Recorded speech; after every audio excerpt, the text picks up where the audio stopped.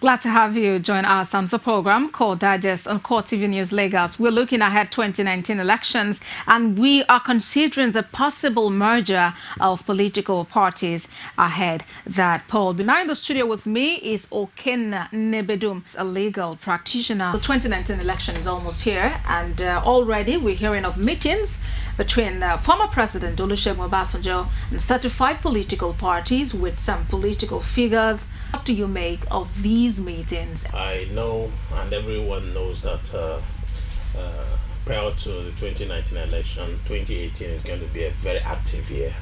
The election timetables has been a subject of debate, but at the same time, to what is being debated is about the sequence of election. But prior to that, INEC has put it within the streamlines on how parties, candidates would emerge. And it is to beat that time limit that coalitions have been, there are cross carpetings here and there. There are movements of, meetings from the here and there trying to solicit for a merger.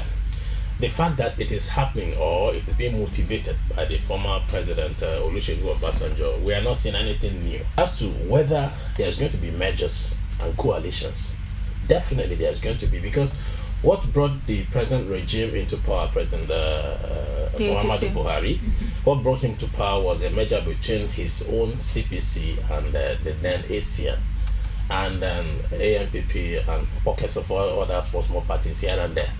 And if you check the trends in Nigerian electoral system, as it is now, no party can single-handedly win an election, especially now that the 16 years rule of PDP has been demystified by their losing election in 2015. Imagine from the military rule, PDP has proved to be the most nationalistic party Nigeria has ever had in history.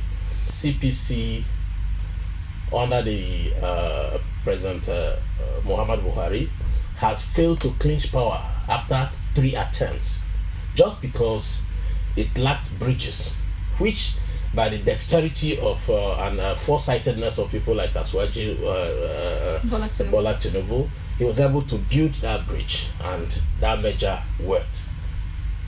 But this time around, the agitation as led by Obasanjo is a movement away from the APC and the PDP. All right, It is just a new umbrella, a new mechanism, a new political party emerging out of this, the one that has been the mainstay, so that we'll have to see new people, new ideology, and canvas for new candidates. Okay, let's consider the merger that brought in the APC. And how would you rate them?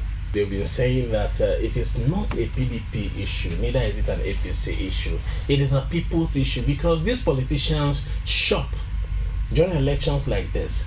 They know how to shop themselves into the winning team. Just because Nigeria has never been able to evolve a party that has an ideology. So neither has Nigeria been able to legislate against cross-carpeting. Right, so this current merger that we have in power, would you say it's delivered on its campaign promises?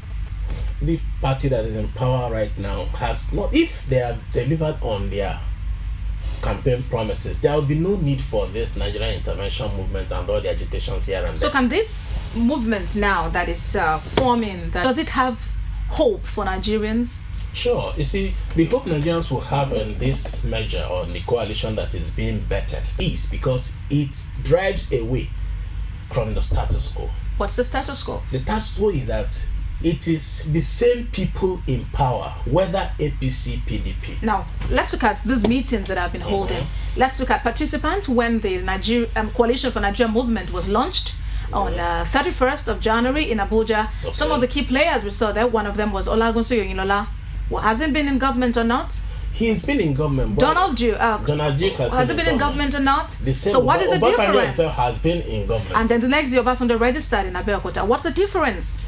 See, the difference is ideology right now. It makes no difference that we pass the Not Too Young to Run bill or even implement it.